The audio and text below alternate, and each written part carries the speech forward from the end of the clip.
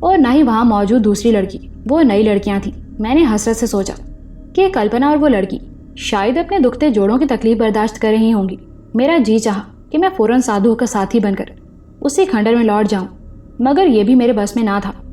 جو چیز وقار الحسن کی ملکیت نہیں ہے اسے کسی کو دینے کا وچن وہ کیسے کر سکتا ہے؟ کوثر تمسخرانہ انداز میں پوچھ رہی تھی. دیکھ مورخ کنیا، میں اگر چاہتا تو تجھے تباہ کر سکتا تھا، مگر میں نے ایسا نہیں کیا. وقار الحسن نے جو وچن دیا تھا وہ تیرے بھروسے پر ہی دیا ہوگا. وہ وچن اگر پورا نہیں ہوا تو میں بری طرح پیش آؤں گا. اس نے کھلی دھمکی دی. تم سے اچھی طرح پیش آنے کی ہمیں کوئی امید بھی نہیں ہے. اس بار وقار الحسن نے جواب دیا. وہ پیش بند میرا نہیں ہے، کوثر کا ہے. وہ مجھے دینے پر تیار بھی نہیں ہے، اس لیے میں وہ تمہارے حوالے کرنے سے قاصر ہوں. دوسری بات یہ کہ میں نے تمہیں پائل دینے کا وعدہ کیا تھا جو میں پورا کر چکا ہوں. پیش بند دینے کا میں نے کوئی وعدہ نہیں کیا تھا. تم میرے سامنے سے ہٹ جاؤ. وقار الحسن اس سے بات کر رہا تھا اور کوثر اپنا دائیں ہاتھ گریبان میں ڈال کر پیش بند کو پکڑے کچھ پڑھ رہی تھی. اچانک ہی سادھو کی نگاہ کوثر پر پڑی. وہ چلایا، نہیں ایسا نہ کرو. مگر دوسرے ہی لمحے ہم نے چمکدار لکیروں کو سادھو کی طرف جھپٹتے دیکھا. میں اور وقار الحسن حیران رہ گئے تھے. نامعلوم وہ سانپ چشمے زدن میں کہاں سے آ گئے تھے. سادھو بوکھلا کر غائب ہو گیا. اس کے غائب ہوتے ہی وہ سانپ پھر شعاؤں کی مانند کوثر کی طرف بڑھے جو آنکھیں بند کیے کھڑی تھی. پھر ہمارے دیکھتے ہی دیکھتے وہ تمام شعائیں اس پیش بند میں جذب ہو گئیں. اب راستہ صاف تھا. کوثر نے آنکھیں کھول دی اور ہمیں آگے بڑھنے کا اشارہ کیا. میں وقار الحسن کے اندر ضم ہو گیا. بے وجہ باہر رہ کر سفر کرنا ضروری بھی نہیں تھا. دوسری بات یہ تھی کہ اندر باہر جانے کا اختیار میرے لیے نیا اور پرکشش تھا، اس لیے میں ایسا بار بار کر رہا تھا. وقار الحسن کو میں نے اس سلسلے میں یعنی مجھ پر پابندی لگانے یا روکنے کے سلسلے میں بے بس پایا تھا. شاید اس لیے بھی میں اپنی انا کو تسکین پہنچا رہا تھا. وہ میری کچھ باتیں نہیں مان رہا تھا، سو میں بھی اس کی یہ بات ماننے کو تیار نہیں تھا.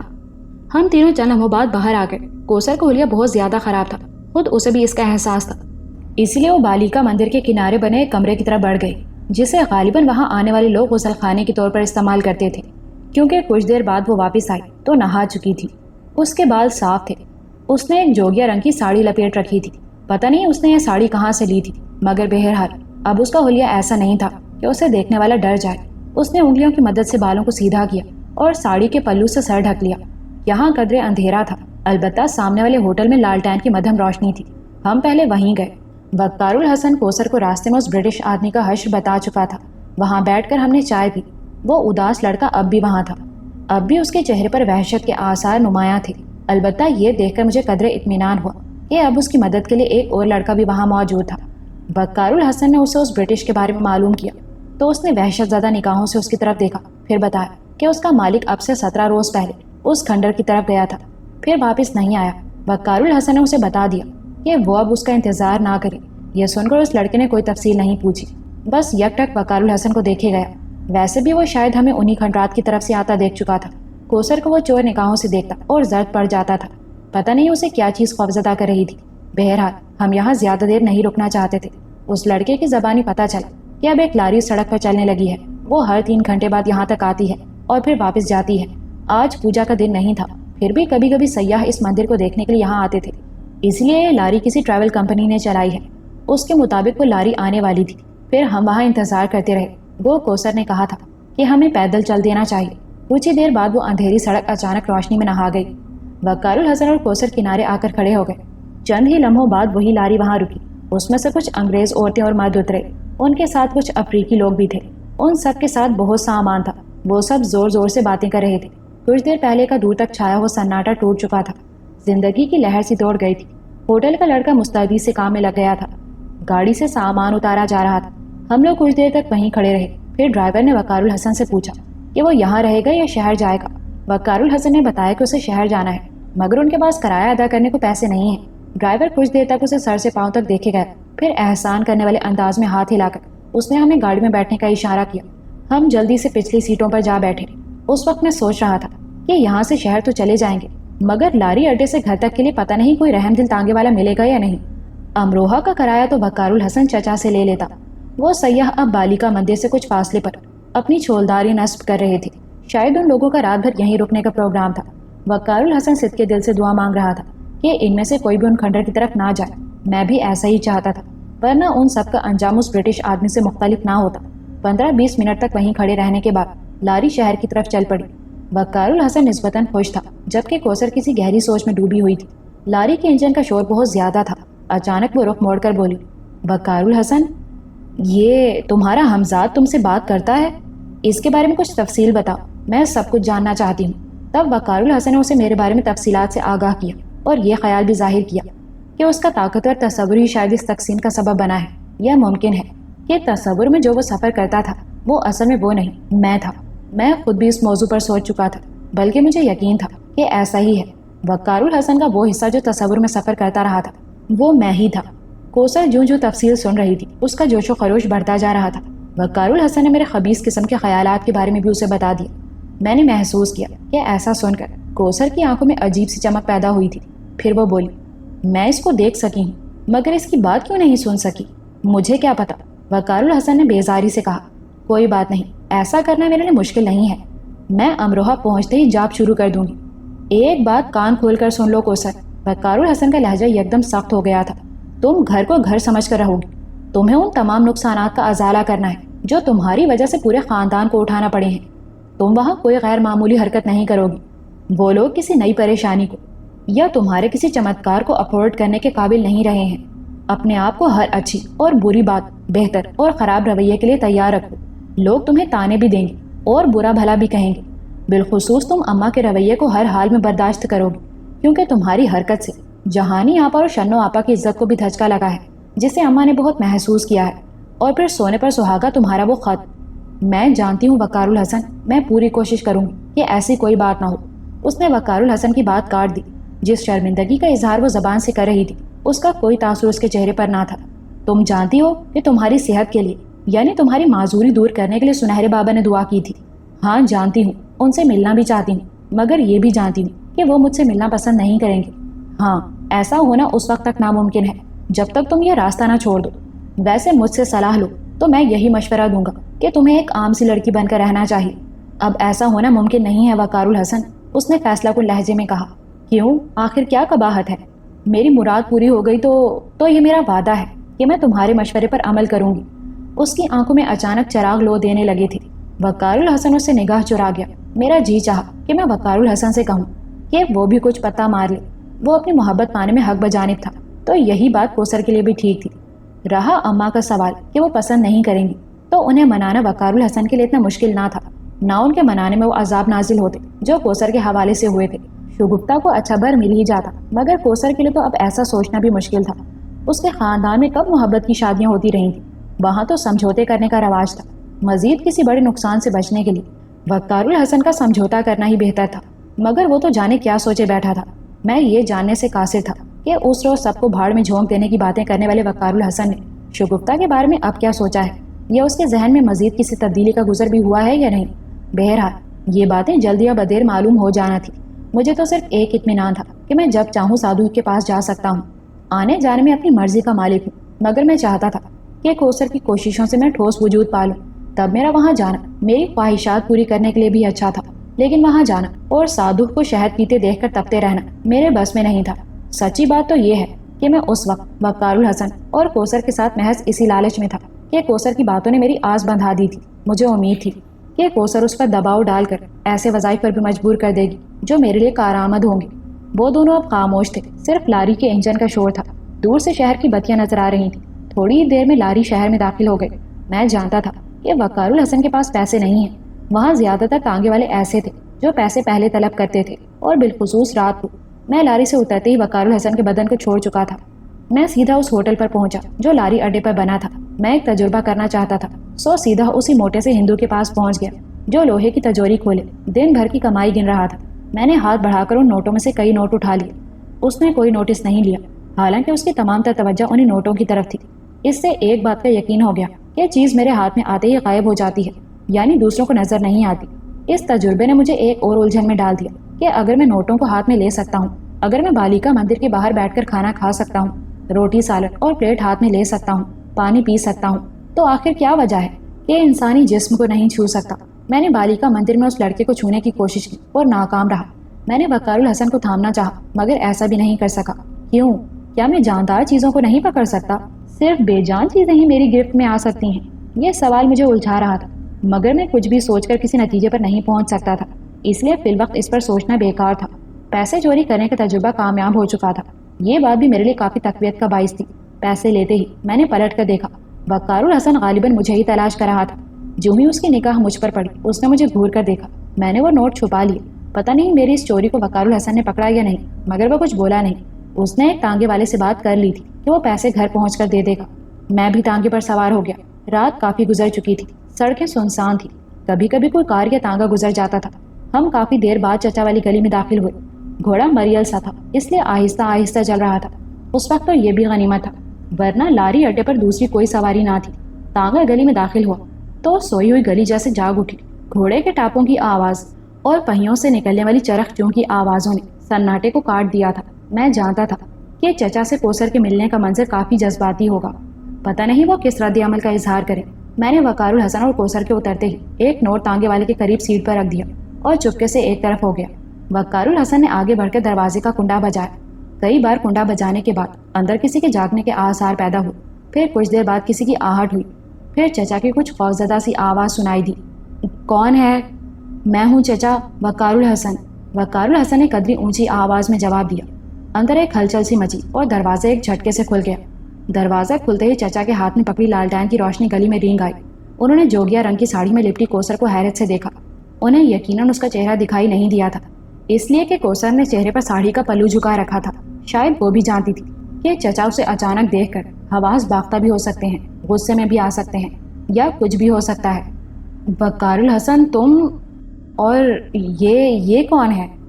اندر تو آنے دیں چچا، وقار الحسن نے مسکرانے کی کوشش کرتے ہوئے کہا۔ وہ جانتا تھا کہ کوثر نے جو حرکت کی تھی اسے سب کی طرح چچا نے بھی پسند نہیں کیا تھا، اور وہ تو اس کی تلاش میں نکلنے کے بھی خلاف تھے۔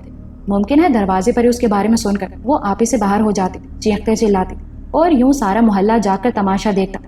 اور چچا 6 آنے ہیں آپ کی جیب میں، تانگے والے کو دینا ہے۔ وقار الحسن نے مسکراتے ہوئے تانگے کو دیکھ کر کہا۔ جیب میں تو نہیں، اوپر ہیں، اندر تو آؤ۔ وہ لالٹین رکھ کر اوپر کی طرف لپکنے لگے۔ وقار الحسن اور کوثر اندر آ گئے۔ اسی وقت چھجے سے چچی کی آواز سنائی دی۔ ارے کون ہے؟ بتائیے تو صحیح۔ وہ اوپر سے جھانک رہی تھی۔ وقار الحسن ہے، تم 6 آنے پھینکو۔ مگر اس سے پہلے کہ 6 آنے نیچے پھینکے جاتے، تانگے والا مڑ کر چلا گیا۔ وقار الحسن نے جھانک کر اسے حیرت سے جاتے ہوئے دیکھا اور پھر ایک دم میری طرف مڑا۔ شاید مجھے ڈانٹنا چاہتا تھا۔ وہ میری چوری اور تانگے والے کو پیسے دینے والی حرکت سے واقف ہو چکا تھا، مگر چچا کی موجودگی میں وہ ایسا نہیں کر سکا۔ میں رخ پھیر کر انجان بن کر کھڑا ہو گیا۔ چلا گیا؟ چچا نے پلٹ کر پوچھا۔ جی۔ آؤ، تم ٹھیک تو ہو نا؟ اتنا عرصہ لگا دیا تم نے۔ تمہیں پتہ ہے بھائی صاحب 2 بار آ چکے ہیں، ان کی حالت تو دیکھی نہیں جاتی، کمر بالکل دوہری ہو چکی ہے۔ وہ وقار الحسن سے لپٹ کر کہہ رہے تھے۔ ان کی آنکھوں میں آنسو تھے اور آواز بھرائی ہوئی تھی۔ پرسوں ہی تو واپس گئے ہیں، کہتے تھے وقار الحسن ملے تو کہنا کوثر کو اس کے حالوں پر چھوڑ کر لوٹ آئے۔ اب ہمیں اس کی نہیں، وقار الحسن کی ضرورت ہے۔ کوثر کو چچا کی بات سن کر دھچکا لگا تھا۔ وہ بے ساختہ سسکاری بھر کر رہ گئی تھی۔ اس سسکاری کی آواز نے چچا کو پھر اس کی طرف متوجہ کر دیا۔ اس دوران میں چچی بھی جلدی جلدی سیڑھیاں اتر کر ہمارے پاس پہنچ گئے۔ یہ کون ہے؟ چچا اور چچی دونوں نے بیک وقت پوچھا۔ چچا نے لالٹین نیچے رکھ دی تھی، اس لیے وہ بھی کوثر کو نہیں دیکھ پائے تھے۔ چچا آپ بیٹھ جائیں۔ وقار الحسن کی سمجھ میں نہیں آ رہا تھا کہ وہ آنے والی سچویشن میں پیدا ہونے والے ہیجان کو کس طرح روکے۔ یہ بات میں بھی سمجھ رہا تھا کہ جب چچا کو پتہ چلے گا کہ وقار الحسن کے ساتھ کوثر ہے تو طوفان آئے گا۔ ارے تم بیٹھو نا اور حالت تو دیکھو اپنی، یہ کہہ کر وہ چچی کی طرف پلٹے۔ جاؤ تم کھانے پینے کا بندوبست کرو۔ وہ پھر وقار الحسن سے مخاطب ہوئے۔ تم پہلے نہا دھو لو، آپ بھی بیٹھ جائیے۔ آخری جملہ انہوں نے کوثر سے کہا تھا۔ چچی باورچی خانے کی طرف بڑھ تو گئیں، مگر وہ پلٹ کر کوثر کی طرف دیکھ رہی تھی، جو اب سر کو جھکائے غالباً رو رہی تھی۔ میں اس کے بدن کی خفیف سی تھرتھری سے واقف تھا۔ چچا وقار الحسن سے حالات کے بارے میں پوچھنا چاہ رہے تھے، مگر وقار الحسن گھر والوں کی خیریت معلوم کرنے لگا۔ وہ فردن ہر ایک کے بارے میں پوچھ رہا تھا۔ چچا اسے بتا رہے تھے کہ تایا نے کچھ تفصیل نہیں بتائی، بس اتنا کہا تھا کہ وقار الحسن کی غیر موجودگی میں خیریت کہاں ہو سکتی ہے۔ چچا ان کے 2 بار آنے کے بارے میں بہت پریشان تھے، اور یہ واقعی پریشانی کی بات تھی۔ ان کی صحت اس قابل نہیں تھی کہ وہ بے وجہ امروہہ سے مراد آباد تک کے 2 چکر لگا لیں، اور بقول چچا کے وہ دونوں بار صرف وقار الحسن کے بارے میں ہی پوچھنے آئے تھے۔ وقار الحسن یہ سن کر بہت پریشان ہو گیا۔ تائی تو ٹھیک تھی نا؟ اس نے شاید کوثر کو اس کی غلطی کا احساس دلانے کے لیے کہا۔ وہ تو کب کی سب سے بیگانہ ہو چکی ہیں، کاش اللہ انہیں اولاد ہی نہ دیتا، جو دی تھی تو اسے معذور ہی رہنے دیتا۔ اس کی صحت تو بھائی صاحب اور بھابھی صاحبہ کے لیے قاتل ثابت ہوئی۔ ان کے لیے یہی دکھ کافی تھا کہ وہ ایک معذور لڑکی کے ماں باپ ہیں۔ پل بھر کی بے پناہ خوشی کے بعد اس قدر بدنامی، بے عزتی اور اذیت تو نہ سہنا پڑتی۔ وہ جلے دل کے پھپھولے پھوڑ رہے تھے۔ اتنی دیر میں چچی واپس آ چکی تھی۔ ان کے چہرے پر تجسس بھی تھا، حیرانگی بھی، اور ماتھے پر بل بھی پڑے تھے۔ اتنی رات گئے نیند میں خلل پڑنے سے طبیعت بھی یقیناً بوجھل ہو رہی ہوگی۔ پھر بھی اس سر جھکائے پلو میں منہ چھپائے بیٹھی لڑکی نے انہیں کچھ اور سوچنے کا موقع نہ دیا تھا۔ ان کی نگاہیں اب بھی اسی پر جمی ہوئی تھیں۔ چچا کے چپ ہوتے ہی وہ وقار الحسن کے قریب سے رکائیں۔ اے بیاہ رچا لیا کیا؟ انہوں نے سرگوشی بھی اتنی اونچی آواز میں کی تھی کہ کوثر چونک اٹھی، کچھ کسمسائی، اور پھر کچھ سوچ کر اس نے سر اٹھا کر پلو اونچا کر لیا۔ لالٹین کی ٹمٹماتی لو کی لرزتی ہوئی روشنی اس کے چہرے پر پڑی تو چچا اور چچی دونوں اچھل پڑے۔ تم؟ وہ دونوں حوانکوں کی طرح آنکھیں پھاڑے اس سے تک رہے تھے۔ یہ کہاں سے ملی؟ چچا ایک دم تیش میں آ گئے۔ انہوں نے وقار الحسن سے پوچھا۔ چچا بیٹھ جائیے۔ وقار الحسن نے کھڑے ہو کر ان کے دونوں کندھوں پر ہاتھ رکھ دیے۔ میں نے کہا تھا نا کہ میں کوثر کو لے کر ہی آؤں گا، یا پھر نہیں آؤں گا۔ بے وقوف تھے تم تو۔ وہ ایک دم دھاڑے۔ پاگل ہو گئے تھے۔ ہم نے تو کہا تھا کہ اسے بھول جاؤ۔ ایسی ذلیل اولاد کو تو صبر کر لینا چاہیے۔ اس بے غیرت نے ذرا بھی کچھ نہ سوچا۔ ارے ہمارے خاندان کی لڑکی تو اکیلی رشتہ داروں کے گھر تک جانے سے گھبراتی ہے، محلے میں بھی اجازت لے کر کسی کے ساتھ جاتی ہے، اور یہ ہماری عزتوں کو بٹا لگا کر بھاگ گئی۔ ایسی ناشکری کہ ماں باپ کی اس خدمت کا حق بھی ادا نہ کیا جو وہ اس کی پیدائش سے لے کر اب تک کرتے رہے۔ انہیں جیتے جی مار گئی۔ نہ باپ کی سفید داڑھی کا خیال آیا، نہ ماں کے سفید بالوں کا۔ کس منہ سے آئی ہے یہ یہاں؟ چچا بے قابو ہو رہے تھے۔ چچا پلیز۔ وقار الحسن گھبرا گیا تھا۔ ان کی آواز رات کے گہرے سناٹے میں گونج رہی تھی۔ محلے والے کیا سوچیں گے چچا؟ اب اور محلے والے کیا سوچیں گے بھلا؟ جو کچھ سوچنا تھا وہ اسی روز سوچ چکے ہوں گے جب یہ بھاگی تھی۔ چچی بھی ہاتھ نچا کر بولی۔ کوثر اب باقاعدہ سسکیاں بھر رہی تھی۔ اس نے دونوں ہاتھ چہرے پر رکھے ہوئے تھے۔ پھر وہ اچانک اٹھی اور چچا کے پیروں سے لپٹ گئی۔ مجھے معاف کر دیں چچا، معاف کر دیں، بھول ہو گئی تھی مجھ سے۔ بھول ہو گئی تھی؟ یہ بھول تھی؟ اسے بھول کہتے ہیں؟ جس نے میرے بھائی کا خون نچوڑ لیا، جس نے میری ماں جیسی بھابھی کو پاگل کر دیا، جس نے ہمیں زمانے بھر میں منہ دکھانے کے قابل بھی نہ چھوڑا۔ چچا صفاق لہجے میں بولے۔ انہوں نے ٹھوکر مار کر کوثر کو خود سے الگ کر دیا۔ ان کا رد عمل بڑا شدید تھا۔ شاید وقار الحسن کو اس کا اندازہ نہیں تھا۔ وہ بہت نروس ہو رہا تھا۔ اس کی سمجھ میں نہیں آ رہا تھا کہ وہ چچا پر کس طرح قابو پائے۔ کوثر کا رنگ پیلا پڑ چکا تھا۔ اس کے چہرے پر وحشت برس رہی تھی۔ شاید اسے اس وقت اپنی اس حرکت کی سنگینی کا شدت سے احساس ہو رہا تھا۔ میں تو یہ سوچ رہا تھا کہ یہاں اگر رد عمل کا یہ عالم ہے تو امروہہ میں کیا ہوگا؟ تایا کی کیا حالت ہوگی؟ وقار الحسن کی اماں کیا کریں گی؟ ان کی نفرت تو کوثر کے لکھے ہوئے خط نے دو چند کر دی تھی، جس میں اس نے انتہائی بے باکانہ انداز میں وقار الحسن کو اپنی منزل بتایا تھا۔ ساری دنیا سو رہی تھی اور یہاں چچا کے گھر میں جیسے زلزلہ آیا ہوا تھا۔ چچی بجائے چچا کو ٹھنڈا کرنے کے اپنا تاریخی کردار ادا کر رہی تھی۔ ان کے اندر بھڑکتی چنگاریوں کو ہوا دے رہی تھی۔ اب تو انہوں نے باقاعدہ ناک سڑک کر رونا شروع کر دیا تھا کہ اب وہ محلے والوں کا دوبارہ سامنا کیسے کریں گی، کیسے ایک بار پھر خاندان والوں کی تھو برداشت کریں گی جب کوثر کو دیکھ کر گزری ہوئی بدنامی ایک بار پھر لوٹ آئے گی۔ حالانکہ ان پر تھو ہونے کی اور بھی کئی دوسری وجوہات تھیں۔ میں کہتا ہوں چپ ہو جائیے۔ وقار الحسن جب کسی طرح انہیں قابو میں نہ کر سکا تو پھٹ پڑا، چینخ اٹھا۔ اس کی تیز آواز نے گونج کر ایک دم سناٹا سے پھیلا دیا۔ چچا اور چچی سہم کر چپ ہو گئے۔ آپ لوگ یہ کیوں نہیں سوچتے کہ لوٹ آئی ہے؟ یہ کن عذابوں سے گزری ہے؟ اس نے اپنی حرکت کی کتنی سزا بھگتی ہے؟ یہ کب سے بھوکی پیاسی ہے؟ اس کا جسم کتنا زخمی ہے؟ کچھ نہیں سوچ رہے آپ لوگ؟ یہ دیکھیے۔ اتنا کہہ کر وقار الحسن نے جھٹکے سے کوثر کی کلائی تھامی اور اس پر لپٹا ساڑی کا پلو ہٹا دیا۔ اس کا جگہ جگہ سے کٹا ہوا بازو ننگا ہوا تو چچا کے چہرے سے ساری صفا کی سارا غصہ ہوا ہو گیا۔ چچی منہ پھاڑ کر رہ گئی۔ آئے ہائے، یہ کیا ہوا؟ انہوں نے لپک کر اس کا بازو پکڑ لیا۔ اس کے بازو پر جگہ جگہ چیروں سے رسنے والا لہو جم چکا تھا۔ کہیں کہیں خون کے تازہ قطرے بھی چمک رہے تھے۔ میں نے کوثر کی طرف حیرت سے دیکھا اور سوچتا رہ گیا کہ یہ لڑکی کتنی بے حس ہو چکی ہے۔ ایسے چیرے اس کے پورے بدن پر پڑے تھے، مگر نہ تو اس پورے سفر میں اس کے منہ سے کرہ نکلی، نہ چہرے پر کسی قسم کی تکلیف کے آثار ہی نمودار ہوئے۔ شاید اسی وجہ سے میں اس کے زخموں کو بھول چکا تھا۔ وقار الحسن کو بھی بھول چکے ہوں گے، مگر اسے بر وقت یاد آ گئی اور اس نے چچا چچی کو نفسیاتی چوٹ لگا کر پل بھر میں قابو کر لیا تھا۔ تم کیا دیکھ رہی ہو؟ جاؤ جلدی سے پانی گرم کرو، ٹینچر اور روئی لا کر دو۔ زخم صاف نہ کیے تو ناسور بن جائیں گے، جلدی کرو۔ چچا بوکھلا کر چیخے۔ چچی لمحوں میں پہلے والی ساری باتیں بھول بھال کر باورچی خانے کی طرف دوڑی۔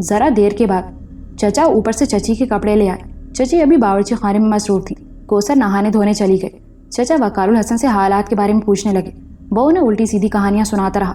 کوثر کے بارے میں بھی بڑی دردناک کہانی سنا دی کہ اسے سادھو نے قید کر رکھا تھا، ورنہ وہ اب تک واپس آ گئی ہوتی۔ بلکہ یہ بھی کہہ دیا کہ اس کے یہاں سے جانے میں اس کی مرضی کا دخل نہ تھا، بلکہ اسے سادھو نے اپنے جادو منتر کے زور پر یہاں سے جانے پر مجبور کیا تھا۔ وقار الحسن کوثر کی پوزیشن بنانے میں لگا ہوا تھا۔ چچی بھی آ چکی تھی اور بڑے تعصب سے یہ سب کچھ سن رہی تھی۔ چچا اپنے رویے پر بے حد شرمندہ تھے۔ کوثر سے باقاعدہ معافی مانگنے کا پروگرام بنا رہے تھے۔ جب تک کوثر آئی یہ کہانیاں چلتی رہیں۔ میں بظاہر بے نیازی سے بیٹھا رہا، مگر میرا سارا دھیان وقار الحسن کی باتوں کی طرف تھا۔ اس دوران میں چچی کھانے پینے کا کافی سامان لے آئیں۔ اس وقت میں نے بھوک محسوس کرنا چاہی، مگر کوئی کیفیت محسوس نہ کی۔ میں چپکے سے وقار الحسن کے اندر اتر گیا اور اندر جاتے ہی میں نے بھوک کی شدت کو محسوس کیا۔ میں چونک اٹھا، پھر باہر نکل آیا اور بھوک کے احساس سے عاری ہو گیا، اور تبھی مجھے خیال آیا کہ میں ٹھوس وجود نہیں رکھتا، پھر بھلا مجھے بھوک اور پیاس کیسے لگ سکتی ہے، اور پچھلی بار کیوں لگی تھی؟ یہ انکشاف جلد ہی ہو گیا کہ وہ بھوک اور پیاس اصل میں وقار الحسن کے ٹھوس بدن سے متعلق تھی۔ اس کا تعلق مجھ سے نہیں تھا اور ہو بھی نہیں سکتا تھا۔ اس انکشاف نے مجھے کچھ اور ہلکا پھلکا کر دیا۔ ممکن ہے ان وظائف کا کرشمہ ہو کہ وقار الحسن کیونکہ اس دوران میں بھوک اور پیاس بجھانے کے لیے کہیں نہیں جا سکتا تھا، لہٰذا یہ کام اس نے مجھ سے لیا ہو۔ میں یہ سب سوچتا رہا اور وہ سب کھانا کھاتے رہے۔ کوثر مجھے خاموش بیٹھے دیکھ چکی تھی۔ مجھے دیکھتے ہی اس کی آنکھوں میں سوچ کی گہری پرچھائیاں چھا گئی تھیں۔ میں نے اس کے ذہن کو پڑھنے کی کوشش کی، گو مجھے کامیابی کی امید نہیں تھی، اس لیے کہ میں وقار الحسن کے جسم کا حصہ ہونے کے باوجود اس میں ناکام رہا تھا۔ مگر جو ہی میں نے ایسی کوشش کی، میں ان تمام باتوں سے واقف ہو گیا جو کوثر سوچ رہی تھی۔ اس کامیابی نے مجھے جہاں حیران کیا وہاں بے پناہ خوشی بھی تھی۔ وہ میرے ہی بارے میں سوچ رہی تھی۔ وقار الحسن کی حد تک اس کے خیالات کافی خبیث تھے۔ وہ وقار الحسن کو مکمل طور پر حاصل کرنے کے منصوبے بنا رہی تھی۔ وہ مجھے طاقتور کر کے اپنے کام نکلوانا چاہتی تھی۔ وہ مجھ پر پورا کنٹرول حاصل کرنا چاہتی تھی۔ اس نے عہد کر لیا تھا کہ اس بارے میں مکمل معلومات حاصل کرے گی۔ اس نے مجھے وقار الحسن کے نفس امارہ کا نام دیا تھا۔ اس سے قبل وہ وقار الحسن کو بتا چکی تھی کہ میں اس کا ہمزاد ہوں۔ پھر وہ چچا کی طرف متوجہ ہو گئی جو اب اس سے باقاعدہ معافی مانگ رہے تھے اور پچھلے رویے پر شرمندگی کا اظہار کر رہے تھے۔ اب میں نے چچا کے اوپر تجربہ کیا، یہاں بھی کامیاب رہا۔ وہ واقعی سچے دل سے معافی مانگ رہے تھے اور یہ بھی سوچ رہے تھے کہ انہوں نے ناحق معصوم بچی پر تہمت لگائی۔ وہ اس حرکت میں خود اختیار ہی کب تھی؟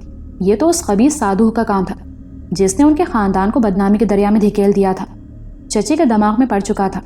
وہ سادھو کو قصوروار ماننے کے باوجود کوثر کو ناپسندیدگی کی نگاہ سے دیکھ رہی تھی۔ اس تجربے کی کامیابی نے مجھے یقین دلا دیا کہ میں اس بارے میں مکمل طور پر خود مختار ہوں، لیکن وقار الحسن میرے لیے کٹھن ثابت ہو رہا تھا۔ اس کا دماغ پڑھنے کی کوشش مجھے ادموا کر دیتی تھی، اور یہی نہیں بلکہ وہ فوراً ہی جان جاتا تھا کہ میں اس کے دماغ میں گھسنے کی کوشش کر رہا ہوں۔ اس لیے میں نے فی الحال اسے زچ نہ کرنے کا فیصلہ کر لیا۔ میں حالات کا رخ دیکھ کر ہی کچھ کرنے کا ارادہ رکھتا تھا۔ وقار الحسن اب امروہہ جانے کا پروگرام بنا رہا تھا۔ چچا اسے 1-2 روز رکنے کا کہہ رہے تھے، مگر وقار الحسن کو وہاں کی پریشانی تھی۔ کوثر سوچ رہی تھی کہ وہاں جا کر کس طرح طوفان کا مقابلہ کرے گی۔ ویسے بنیادی طور پر وہ کافی ڈھیٹ واقع ہوئی تھی۔ اسے اس بارے میں کچھ زیادہ پریشانی نہ تھی کہ ماں باپ کی حالت کیا ہوگی یا خاندان والے کیا سوچیں گے، بلکہ وہ اس لیے پریشان تھی کہ اس طرح اس کا کافی وقت ضائع ہوگا۔ وہ چاہتی تھی کہ وہاں جا کر کچھ بھی نہ ہو، بس وہ فوراً ایک کمرہ اپنے لیے مخصوص کر لے اور یہاں سے ساتھ لے جانے والی کتابوں کا مطالعہ شروع کر دے تاکہ میرے لیے جلد از جلد وظائف شروع کر سکے۔ یہ میرے حق میں بہتر تھا۔ میں بھی یہی چاہتا تھا کہ وقت ضائع نہ ہو۔ مجھے رہ رہ کر کلپنا اور وہ دوسری لڑکی یاد آ رہی تھی۔ وہ کھوپڑیاں بھی مجھے نہیں بھولی تھی، بلکہ اس وقت بہت یاد آئی تھی جب وقار الحسن کوثر کے زخم صاف کر رہا تھا۔ میں اس ماحول میں واپس جانا چاہتا تھا، لیکن مجبور تھا۔ جانے کو تو میں جا سکتا تھا، مگر وہاں جا کر کیا کرتا؟ میں ادھورا تھا، مکمل ہونا چاہتا تھا۔ کوثر، چچا، وقار الحسن اور چچی باتیں کر رہے تھے، پھر وہ سب سونے کے لیے لیٹ گئے۔ میں بھی تھک چکا تھا۔ وقار الحسن کے بدن میں واپس چلا گیا۔ چچا نے تائے کے پلنگ پر وقار الحسن کے لیے بستر لگا دیا تھا۔ کوثر کا پلنگ بھی وہیں لگا دیا گیا۔ کچھ دیر بعد چچا اور چچی اوپر چلے گئے۔ رات کافی گزر چکی تھی۔ وقار الحسن کی آنکھیں نیند سے بوجھل تھی۔ وہ بہت جلدی سو گیا۔ میں جاگ رہا تھا۔ مجھے اب شاید نیند آتی بھی نہیں تھی۔ اس کے بدن کی حرارت مجھے آرام تو دے رہی تھی، مگر میں کچھ بے سکون سا تھا۔ سو پھر باہر نکل آیا۔ میری نگاہ کوثر پر پڑی۔ وہ چت لیٹی ہوئی چھتوں کی بلیوں کو تک رہی تھی۔ اس کی آنکھوں میں کہیں نیند نہ تھی۔ میں نے چپکے سے اس کے ذہن کو ٹٹولا اور اس کے خیالات جان کر چوکنا ہو گیا۔ وہ وقار الحسن کی گہری نیند کے انتظار میں تھی۔ اس کا ارادہ اپنے کمرے میں جانے کا تھا۔ وہ اس کمرے کے دروازے پر پڑے کفل کے بارے میں سوچ رہی تھی، جس کی ایک چابی چچا کے پاس تھی اور دوسری تایا کے پاس۔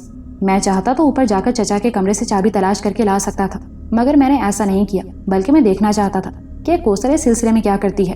وہ بہت بے کل تھی۔ کچھ دیر تک وہ یوں ہی لیٹی رہی، پھر اس نے گردن اٹھا کر چاروں طرف دیکھا، وقار الحسن کو غور سے دیکھا۔ اسے بے خبر سویا دیکھ کر وہ دھیرے سے اٹھ بیٹھی، پھر دبے پاؤں باورچی خانے کی طرف چل دی۔ میں اس کے پیچھے تھا۔ وہاں ایک ٹوٹی پھوٹی میز رکھی تھی جس کی دراز میں ہتھوڑی، پیچکس، کیلیں، تار اور کچھ ایسی ہی چیزیں تھیں۔ وہ اس دراز کو کھول کر بیٹھ گئی۔ کچھ ہی دیر بعد اس نے ایک مڑا ہوا تار نکال دیا، اسے کھینچ کھانچ کر سیدھا کیا اور پھر دبے پاؤں پلٹ گئی۔ اب اس کا رخ اپنے کمرے کی طرف تھا۔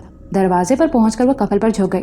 15-20 منٹ کے بعد وہ سیدھی ہوئی تو کفل کھل چکا تھا۔ اس نے دروازہ کھولنے کی کوشش کی۔ ایک کرخت قسم کی چرچراہٹ کی آواز گونج اٹھی۔ وہ ایک دم دبک گئی۔ اس نے دروازہ چھوڑ دیا، پھر کچھ دیر انتظار کرتی رہی۔ شاید وہ اندازہ لگا رہی تھی کہ چرچراہٹ کی آواز وقار الحسن یہ چچا کی نیند میں خلل کا سبب تو نہیں بنی۔ مگر جب پورے گھر میں گہرا سناٹا طاری رہا تو وہ پھر اٹھی اور باورچی خانے کی طرف چلی گئی۔ چند ہی منٹ بعد وہ لوٹی تو اس کے ہاتھوں میں سرسوں کے تیل کی شیشی تھی۔ اس نے دروازوں کے قبضوں میں تیل ڈالا۔ اب دروازہ آسانی سے بغیر آواز کے کھل گیا۔ وہ تار اور تیل کی شیشی اندر لے آئی۔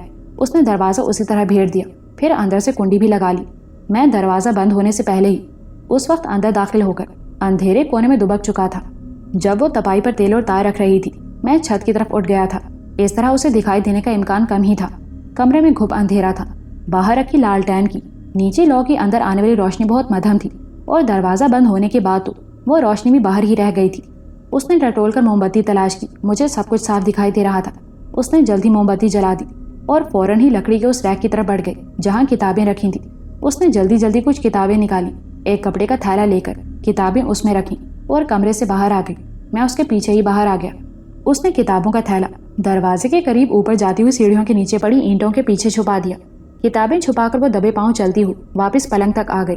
میں چاہتا تو ان کتابوں کو دیکھ سکتا تھا، مگر سب فضول تھا۔ ان حالات میں کہیں جا بھی نہیں سکتا تھا۔ مجھے صبر و شکر کر کے فی الوقت وقار الحسن کے ساتھ ہی رہنا تھا۔ میں صبح تک مختلف سوچوں میں غرق رہا۔ یہ بات مجھے بھی پریشان کر رہی تھی کہ تایا 2 بار آ کر جا چکے تھے۔ میں نے سوچ لیا کہ وقار الحسن کو مجبور کروں گا کہ وہ یہاں رکنے کی بجائے سویرے ہی امروہہ کے لیے روانہ ہو جائے۔ صبح کس وقت ہوئی مجھے پتہ نہیں چلا۔ اذان کی آواز پر ہی وقار الحسن کسمسا کر اٹھ بیٹھا۔ اسے یوں بھی نماز پڑھے بہت دن ہو گئے تھے۔ میرا جی چاہا کہ اسے تھپکیاں دے کر سلا دوں۔ بیچارہ اتنا تھکا ہوا تھا، اس پر سویرے ہی اٹھ جانا بڑا مشکل کام تھا۔ میرے چاہنے کے باوجود وہ اٹھ بیٹھا۔ میں نے اس کے اندر جا کر اسے اکسانے کی کوشش بھی کی کہ نیند زیادہ اچھی ہے اس کے لیے، مگر اس نے مجھے ڈانٹ دیا۔ کوثر بے خبر سو رہی تھی۔ وہ میرے معیار پر تقریباً پوری اتر رہی تھی، شاید اس لیے میری پسندیدہ شخصیت بنتی جا رہی تھی۔ وقار الحسن نے وضو کیا۔ اس دوران میں چچا بھی اٹھ چکے تھے اور وہ بھی وضو کرنے کے بعد مسجد جانے کو تیار تھے۔ وقار الحسن اور وہ باتیں کرتے ہوئے مسجد کی طرف روانہ ہو گئے۔ راستے میں چچا نے سنہرے بابا کا ذکر چھیڑ دیا۔ وہ وقار الحسن کو ان سے مل لینے کا مشورہ دے رہے تھے۔ مجھے ان کی یہ بات قطعاً پسند نہیں آئی۔ ان حالات میں وقار الحسن کو اپنے گھر اور ماں باپ کی فکر کرنا چاہیے تھی۔ سنہرے بابا کی نصیحتیں وہ بعد میں بھی سن سکتا تھا، مگر وقار الحسن نے فوراً تائید کی اور نماز کے بعد ہی چچا کے ساتھ سنہرے بابا کی طرف جانے کا فیصلہ کر لیا۔ میں کسمسا کر رہ گیا۔ وہ نماز پڑھنے مسجد میں داخل ہونے لگے تو میں نے کچھ الجھن سی محسوس کی۔ دل نہیں چاہا کہ اس کے ساتھ اندر جاؤں۔ اس وقت وقار الحسن نے ناگواری سے کہا، تم اس قابل ہو بھی نہیں کہ اندر جاؤ، تم نفس امارہ ہو، بہکانے والے، ورغلانے والے۔ چچا اسے 2 قدم آگے تھے، مگر وقار الحسن کی بڑبڑاہٹ ان کے کانوں تک پہنچ گئے۔ وہ بولے، کیا ہوا؟ کس سے باتیں کر رہے ہو؟ انہوں نے چاروں طرف دیکھتے ہوئے سوال کیا۔ کچھ نہیں چچا۔ اتنا کہہ کر وقار الحسن اور چچا مسجد میں چلے گئے۔ میں باہر رک گیا۔ میرا تو سنہرے بابا کی طرف جانے کا بھی موڈ نہیں تھا، مگر میں یہ بھی جاننا چاہتا تھا کہ وہ کیا کہتے ہیں۔ وقار الحسن سے تو کسی طرح بھی پتہ نہ چلتا، اس لیے میں نے وہاں جانے کا ارادہ کر لیا۔ کچھ دیر بعد وقار الحسن اور چچا باہر آ گئے اور سنہرے بابا کی طرف چل پڑے۔ انہوں نے مسجد ہی کے پاس سے تانگا لے لیا۔ میں وقار الحسن میں داخل ہوا تو وقار الحسن نے کچھ حیران ہو کر مجھے دیکھا، مگر بولا کچھ نہیں۔ ہم سبز گنبد والی مسجد کے کنارے پہنچ کر تانگے سے اترے ہی تھے کہ جن بابا سامنے آ گئے۔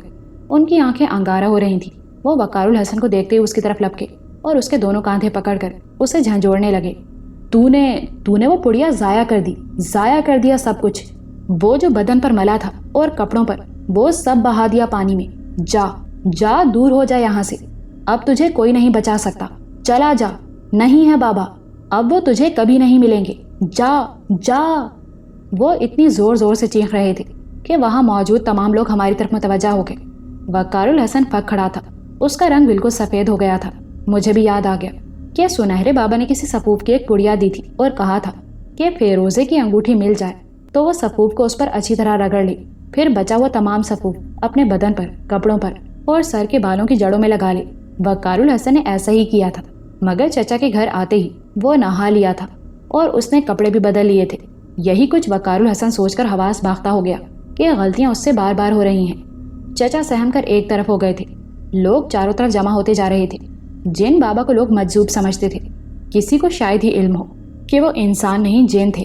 کچھ لوگوں کے ہونٹوں پر دبی دبی مسکراہٹ تھی، مگر بعض لوگ وقار الحسن کو تعصب سے دیکھ رہے تھے. جو جن بابا سے عقیدت رکھتے تھے انہیں پاگل مجذوب نہیں، اللہ والا سمجھتے تھے اور ان کی بد دعا سے ڈرتے تھے. جن بابا اب حجرے کی راہ میں دیوار بن کر کھڑے ہو گئے تھے. ان کی آنکھوں سے لپکتے شعلوں کی تپش مجھے بھی محسوس ہو رہی تھی. وقار الحسن چلو چلو یہاں سے. چچا نے سہمے انداز میں آگے بڑھ کر وقار الحسن کا بازو ہلایا. وقار الحسن چونک اٹھا. اس نے جن بابا کے آگے ہاتھ جوڑ دیے. بابا میں بھول ہو گئی بابا. یہ سب کچھ داناستہ نہیں ہوا. سب داناستہ نہیں ہوا. ناپاک، چل بھاگ یہاں سے. تو نے جو کچھ کیا ہے وہ گناہ ہے. تجھے تو خدا نے نجات دہندہ بنایا تھا اور تو نے سب کچھ لوٹ لیا. جا جا جا چلا جا. وہ ہزیانے انداز میں چیخ رہے تھے. چچا نے لپک کر وقار الحسن کا بازو پکڑا اور اسے گھسیٹتے ہوئے دوسری طرف لے گئے. جن بابا اب دوہرے ہو کر چیخ رہے تھے. ان کے بالوں کی لٹوں نے ان کے چہرے کو چھپا لیا تھا. یہ موقع غنیمت جان کر ایک دو آدمی وقار الحسن کو پکڑ کر دور لے گئے اور بولے کہ اسے فوراً یہاں سے چلا جانا چاہیے، ورنہ اگر وہ مزید تیش میں آ گئے تو کچھ بھی ہو سکتا ہے. پھر چچا نے دیر نہیں کی. وقار الحسن واپس چلنے کو تیار نہ تھا، مگر لوگ اسے گھسیٹتے ہوئے سبز گنبد والی مسجد کے قریب لے گئے. چچا نے فوراً ہی ایک تانگے والے کو اشارہ کیا اور کسی نہ کسی طرح وقار الحسن کو اس میں بٹھا دیا. اب وقار الحسن باقاعدہ رونے لگا تھا. مجھے بہرحال اس کی بے وقوفی پر ہنسی آ رہی تھی، مگر میں برداشت کیے رہا. ہم گھر پہنچے تو وقار الحسن کچھ بہتر ہو چکا تھا، مگر بہت دل گرفتہ تھا. چچا نے گھر پہنچتے ہی چچی اور کوثر کو سارا واقعہ سنا دیا. پھر وقار الحسن سے پوچھا کہ ہوا کیا تھا. اس وقت وقار الحسن نے بتایا. تبھی اسے اپنے اتارے ہوئے کپڑوں کا خیال آیا. پتہ چلا کہ چچی نے رات ہی وہ کپڑے دھو ڈالے تھے. انہیں یہ پریشانی ہوگی کہ کہیں اگلے روز وہ چچا کا جوڑا نہ لے جائے، لہٰذا اس کے کپڑے دھو دیے. اب تک تو وہ کپڑے سوکھ بھی چکے تھے. وقار الحسن سر پکڑ کر رہ گیا، مگر جو کچھ ہونا تھا وہ ہو چکا تھا. میں ہی کیا، وقار الحسن بھی اس بات سے ناواقف تھا کہ اس سفوف کو مل لینے سے کیا فائدہ ہونے والا تھا. لیکن یہ بات بھی یقینی تھی کہ اس سے کچھ نہ کچھ تو ہونا ہی تھا جو سنہرے بابا نے اتنی ہدایات کے بعد اسے دیا تھا. چچی ناشتہ لے آئیں. سب نے بوجھل ماحول میں ناشتہ کیا. وقار الحسن کسی لوٹے ہوئے جواری کی طرح بیٹھا تھا. شاید اس نے خود کو تقدیر کے حوالے کر دیا تھا. کوثر نے اسے یہاں وقت ضائع کرنے کی بجائے امروہہ چلنے کو کہا تھا. وہ خاموشی سے جانے کی تیاری کرنے لگا. چچا نے بھی اچانک امروہہ جانے کا پروگرام بنا لیا. جلدی تیاری کی گئی. چچا کا خیال تھا کہ وہ 2-4 دن رہ کر سب کی خیریت معلوم کر کے واپس آ جائیں گے. بقول ان کے انہوں نے یہاں کسی کی شراکت میں کاروبار کر لیا تھا جن کی دیکھ بھال کرنا ان کے لیے ضروری تھا. وہ ذرا دیر کو اپنے شراکت دار کے پاس گئے اور اسے بتا کر لوٹ آئے. اس دوران میں تمام تیاریاں مکمل ہو گئی تھیں. چچا نے ایک اٹیچی کیس تیار کر لیا تھا. ایک تھیلا کوثر نے لے لیا تھا اور اس میں اپنے اور وقار الحسن کے کپڑوں کے بہانے اپنی چھپائی ہوئی کتابیں بھی رکھ لی تھیں. وہ جانتی تھی کہ اگر اب کسی نے اسے انہی کتابوں میں دلچسپی لیتے دیکھا تو بڑی قیامت اٹھے گی. میں تو اس قیامت کے بارے میں سوچ کر حیران و پریشان تھا جو کوثر کے یوں اچانک ہی امروہہ پہنچنے پر اٹھنے والی تھی. میں اس وقت کوثر کے دماغ میں اٹھنے والی سوچ کی ہر لہر سے واقف تھا. وہ بہت خود غرضی سے سوچ رہی تھی، بہت عیار تھی اور ذرا بھی نہیں لگتا تھا کہ وہ اس گھرانے کی فرد ہے جس گھرانے میں عزت و ناموس کو جان سے زیادہ اہمیت دی جاتی ہے. میں نہیں جانتا کہ وہ شروع سے ایسی تھی یا جنگلوں میں رہ کر جاب کر کے اس کے اندر یہ خباثت بھر گئی تھی. بہرحال اس کی سوچوں کا مرکز اب بھی وقار الحسن کا حصول تھا. اس کے ساتھ ساتھ وہ ایسی تمام قوتوں کو حاصل کرنا چاہتی تھی جس سے دنیا کو تسخیر کر لے. وہ مجھے مضبوط کرنے کے لیے بھی محض اس لیے سوچ رہی تھی کہ اس طرح وہ ساری دنیا کو دھوکہ دے کر اس وقار الحسن کو اپنی ملکیت بنا لے اور مجھے دنیا زمانے کے سامنے پیش کر دے. وہ شاید مجھے بیوقوف سمجھ رہی تھی. ہم امروہہ پہنچے تو دن کے 3:15 بجے تھے. اسٹیشن سے لے کر گھر تک کا فاصلہ وقار الحسن کے لیے گویا پلے سرات سے کم نہ تھا. وہ بھی جانتا تھا کہ تایا اور اماں کا کیا حال ہوگا. گھر میں بھونچال آ جائے گا. خاندان میں یہ خبر آگ کی طرح پھیل جائے گی اور آنے والے اماں اور تایا کے کلیجے چھلنی کر دیں گے. چچا بھی تایا کی طرف سے پریشان تھے. ان کی صحت پہلے ہی تشویشناک حد تک خراب ہو چکی تھی. کوثر کی واپسی ان کے لیے زندگی اور موت کے بیچ کھینچی ہوئی لکیر بن جاتی. ایک سانس ادھر یا ایک سانس ادھر ان کے لیے خطرناک ہو سکتی تھی. وقار الحسن نے کوثر کو ہدایت کر دی تھی کہ وہ چادر کو اس طرح لپیٹ لے کہ اس کا چہرہ قطعی کسی کو دکھائی نہ دے. دن کا وقت نہ ہوتا تو اس قدر احتیاط کی ضرورت نہ ہوتی، مگر سورج سر پر چمک رہا تھا. ایسے میں یہ احتیاط ضروری تھی. چچی کے تیور کچھ اچھے نہیں تھے. سچی بات تو یہ تھی کہ وہ محض یہی دیکھنے جا رہی تھی کہ کوثر کا سواگت کس طرح کیا جاتا ہے۔ یہ بات ان کے دل سے اب بھی نہیں نکلی تھی کہ کوثر آوارہ ہے۔ اس نے جو کچھ کیا اس میں قطعی کسی اور کا دخل نہ تھا، وہ مرضی کی مالک تھی۔ گھر میں رہنا اسے گوارا نہ تھا، جبکہ برسوں پلنگ تک محدود رہی تھی۔ ٹانگیں ملتے ہی اس نے وہی کیا جس کی خواہش مند تھی۔ انہیں وقتی طور پر جو ہمدردی کوثر سے ہوئی تھی وہ اب زائل ہو چکی تھی۔ انہیں رہ رہ کر لوگوں کے تانے یاد آ رہے تھے اور وہ بھی تماشا دیکھنے جا رہی تھی۔ کوثر نے وقار الحسن کی ہدایات پر پوری طرح عمل کیا۔ جوں حویلی قریب آتی جا رہی تھی اس کا دل تیزی سے دھڑکنے لگا تھا۔ وہ آنے والے لمحوں سے خوفزدہ ہو رہی تھی۔ اب اسے ماں اور باپ دونوں کے چہرے یاد آ رہے تھے۔ اسے یہ خیال بھی آ رہا تھا کہ ماں اس کے غم میں پاگل ہو چکی ہے۔ ماں کی محبت بھی کچھ دل میں جاگ اٹھی تھی۔ شرمندگی کا ہلکا سا احساس اسے باپ کے سامنے جانے سے خوفزدہ کر رہا تھا۔ راستے میں وقار الحسن کے کئی جاننے والے ملے۔ سب نے دور سے انہیں سلام کیا مگر قریب آنے کی زحمت نہیں کی۔ ان سب کے چہروں پر ایک ہی قسم کے تاثرات تھے۔ یہ بات میرے علاوہ وقار الحسن نے بھی محسوس کر لی۔ ان لوگوں کے انداز میں وہ بات قطعی نہ تھی جو اب سے پہلے ہوتی تھی، یعنی وہ لوگ لپک کر آتے تھے، ہاتھ ملاتے اور خیریت پوچھتے تھے۔ ہر ملنے والے کے چہرے پر ایک ہی قسم کے تاثرات نے وقار الحسن اور مجھے دونوں کو الجھن میں ڈال دیا تھا۔ تانگا حویلی والی گلی میں داخل ہوا تو حویلی کا بڑا گیٹ دور ہی سے نظر آ گیا۔ اس حویلی کے گیٹ پر جمی دھول نے مجھے اور وقار الحسن کو چونکا دیا۔ لگتا تھا جیسے ہم برسوں بعد حویلی آئے ہوں۔ اس حویلی میں جو ہماری غیر موجودگی میں ویران پڑی رہی ہو، گیٹ کی وہی حالت تھی جیسے وقار الحسن اور شرف الدین نے اس وقت دیکھی تھی جب دونوں کافی عرصے بعد آئے تھے۔ پان کا کھوکھا بند پڑا تھا، ورنہ پان والے چاچا یا ان کے بیٹے ہی سے کچھ نہ کچھ بات ضرور ہوتی۔ چچا اور چچی نے شاید اس بات کو اتنا محسوس نہیں کیا تھا۔ وقار الحسن نے تانگے والے کو پیسے دیے، سامان اٹھایا اور سب سے آگے بڑھ کر گیٹ کا کنڈا ہلایا۔ کنڈا ہلنے کی آواز کا کافی دیر فضا میں ارتعاش سا رہا، مگر اندر نہ کسی کے آنے کے آثار تھے نہ دروازہ کھولنے کی آہٹ۔ وقار الحسن کا دل اچھل کر حلق میں آ گیا۔ اس نے پھر دھڑکتے دل اور کانپتے ہاتھ سے کنڈا بجایا۔ اس بار وہ دیر تک کنڈے کو دروازے پر مارتا رہا۔ چھوٹا گیٹ بھی اندر سے بند تھا۔ اندر سارے گھر والوں کے علاوہ چاچا خورشید کے بھائی، ان کا بھتیجا اور بہو بھی تھے۔ تایا اگر اٹھنے کے قابل نہ تھی تو غلام رسول تو اکثر دروازے کے قریب ہی رہا کرتا تھا۔ اسے تو گیٹ فوراً ہی کھول دینا چاہیے تھا۔ یہ سوچ کر اب وقار الحسن پر دہشت طاری ہوتی جا رہی تھی۔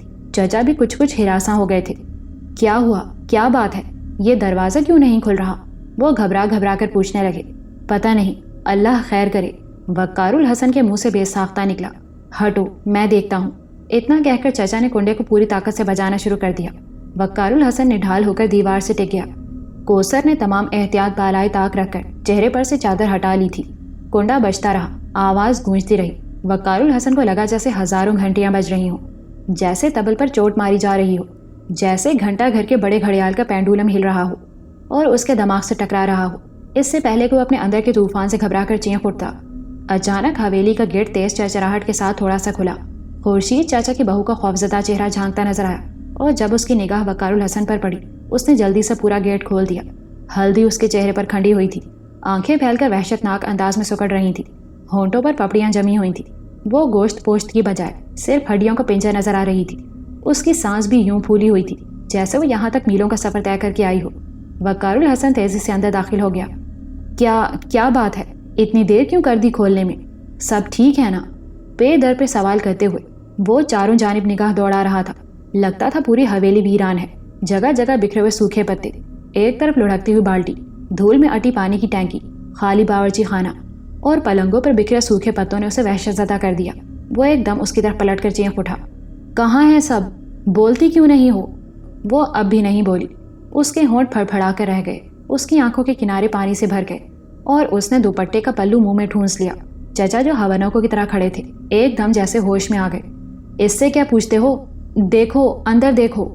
اتنا کہہ کر انہوں نے جھپٹ کر خورشید چاچا کی بہو کے دونوں کاندھے پکڑ کر اسے جھنجھوڑ دیا۔ ارے بولتی کیوں نہیں؟ چچی اور کوثر زید پڑ چکی تھی۔ ہزار قسم کے اندیشے زہریلے سانپوں کی طرح ان کے دماغوں میں کلبلا رہے تھے۔ کیا بات ہے زیب النساء، یہ کیسا شور ہے؟ اچانک اندر کمرے سے نحیب سی آواز باہر آئی تو باہر جیسے ایک دم سناٹا چھا گیا۔ وقار الحسن اچھل کر پلٹا۔ آواز اماں والے کمرے سے آئی تھی جو گیٹ کے قریب ہی تھا، مگر اس وقت دروازہ بند تھا، یوں جیسے کبھی کھلا ہی نہ ہو۔ وہ سب کے سب اس طرف لپکے۔ آواز کس کی تھی یہ پتہ نہیں چلا، اندازہ ہی نہ ہوا کہ کون بولا ہے۔ جو بھی تھا شاید بہت بیمار تھا، بہت نقاہت تھی اس کی آواز میں۔ اماں دروازہ کھولیں۔ وقار الحسن نے دروازہ اندر سے بند پا کر بری طرح پیٹ ڈالا۔ کون ہے؟ اندر سے پھر وہی آواز آئی، کانپتی لرزتی اور بھرائی ہوئی سی۔ میں ہوں وقار الحسن۔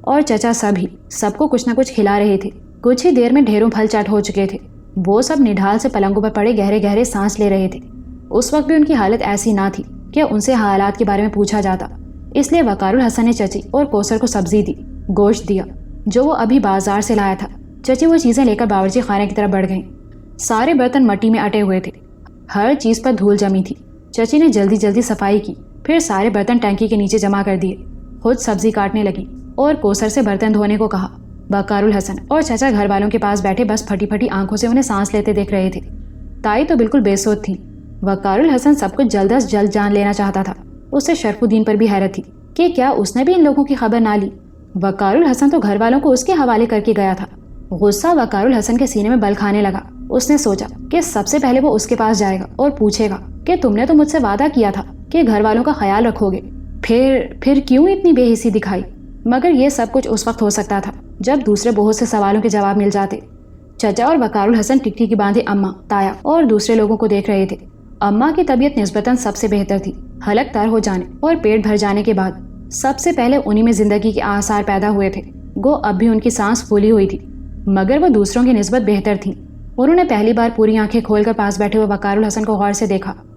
اماں اب کیسی ہیں آپ؟ وقار الحسن ان پر جھک گیا۔ انہوں نے ہاتھ کے اشارے سے اسے تسلی دی تو وقار الحسن ان کا سوکھا ہوا ہاتھ پکڑ کر اپنے بھیگے ہوئے گالوں سے رگڑنے لگا۔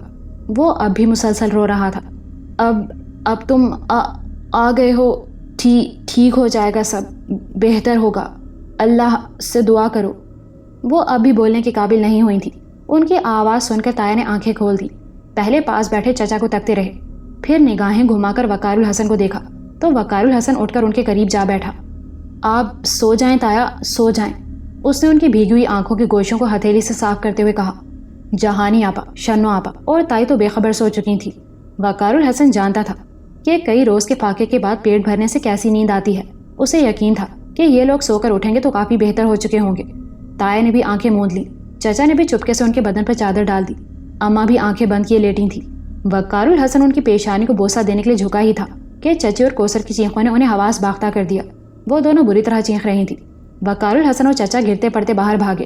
چچی اور کوثر باہر پانی کی ٹینکی کے پاس کھڑی تھی، بلکہ لہرا رہی تھی، اور پھر دیکھتے ہی دیکھتے چچی دھڑام سے فرش پر گری۔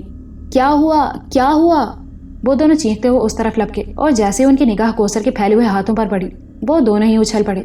وہاں دور تک تازہ خون بکھرا ہوا تھا، برتن خون سے لتھڑے ہوئے تھے، کوثر کے دونوں ہاتھوں سے خون ٹپک رہا تھا۔ کوثر پورے حواسوں میں تھی اور آنکھیں پھاڑے ہوئے ٹینکی کی ٹونٹی سے نکلتے ہوئے خون کو دیکھ رہی تھی۔ یہ کیا ہے؟ وقار الحسن نے کوثر کو تھام لیا۔ چچا چچی کی طرف بڑھ گئے جو فرش پر بے ہوش پڑی تھی۔ ٹینکی سے تازہ خون پورے پریشر سے نکل رہا تھا۔ وقار الحسن نے آگے بڑھ کر ٹینکی کا ڈھکنا اٹھایا اور اندر جھانکا تو اسے ابکائیاں آنے لگی۔ پوری ٹینکی خون سے لبالب بھری ہوئی تھی۔ اس نے جھٹکے سے اس کا ڈھکنا چھوڑ دیا۔ یہ کیا ہے؟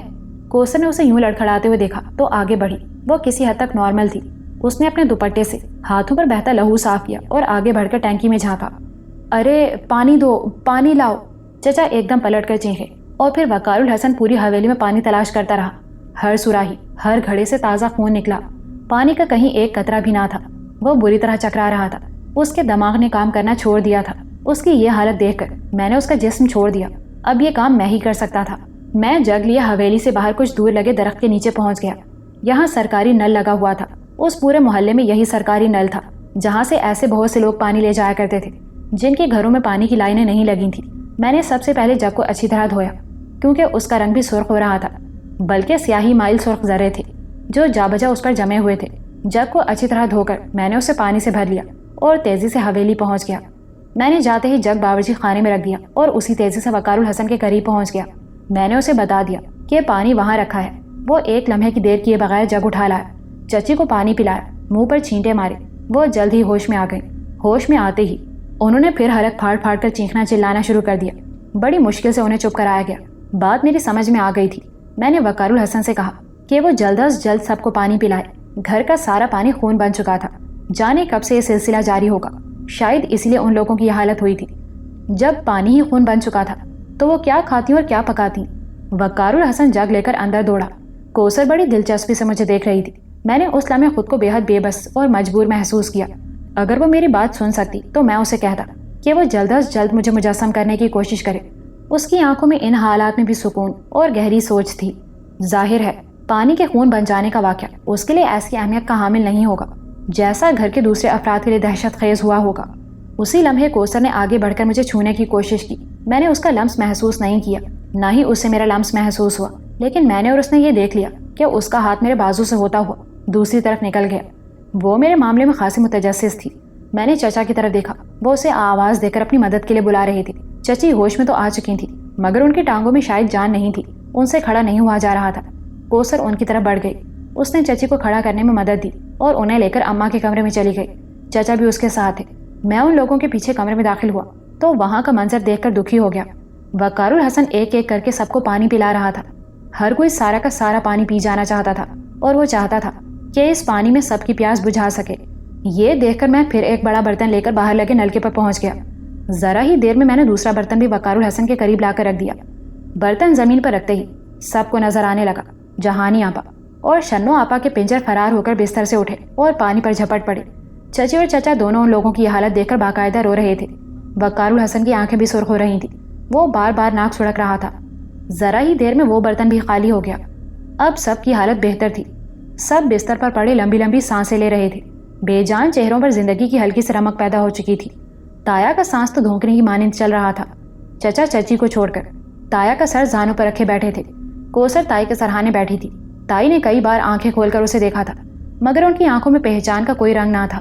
وقار الحسن اماں کے بالوں میں انگلیاں پھیر رہا تھا۔ کمرے میں خاموشی تھی، صرف ان لوگوں کے سانس لینے کی آوازیں گونجتی محسوس ہو رہی تھیں۔ بہت سا وقت یوں ہی گزر گیا۔ اچانک وقار الحسن چونکا۔ اس نے زمین پر رکھے خالی برتن کو دیکھا، پھر اسے اٹھا کر باہر کی طرف لپکا۔ میں اس کے پیچھے تھا۔ وہ مزید پانی لینے جا رہا تھا کہ میں اس تک پہنچ گیا۔ اس نے اپنی مدد کرنے پر میرا شکریہ ادا کیا۔ میں فوراً ہی اس کے اندر داخل ہو گیا۔ میں نے اسے یقین دلایا کہ اگر وہ مجھے مجسم کر دے گا تو میں ہر معاملے میں اس کے کام آؤں گا۔ وہ مجھ سے خوفزدہ نہ ہو، جو کچھ وہ کہے گا میں وہی کروں گا۔ اس وقت میں بہت سے ایسے کام کرنے کے قابل بھی ہوں گا جو آج میرے لیے ناممکن ہیں۔ وہ اب بھی میری طرف سے مشکوک تھا، پھر بھی وہ چپ ہو گیا۔ اس کا چپ ہونا میرے لیے بہتر تھا۔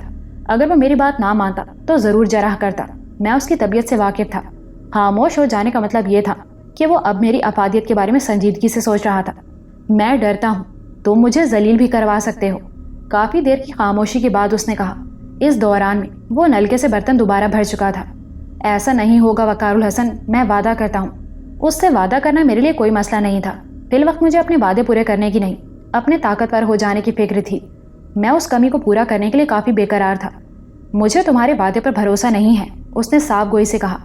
وقار الحسن، تم جگہ جگہ پریشانیوں میں گھر سکتے ہو، تمہیں دوسرے لوگوں کی مدد درکار ہوگی۔ کوثر تمہارے لیے مشکلات پیدا کر سکتی ہے، تم اس پر بھروسہ کر سکتے ہو، مجھ پر نہیں کر سکتے۔ وہ کچھ نہیں کر سکتی، یوں بھی میں اس پر بھروسہ نہیں کرتا۔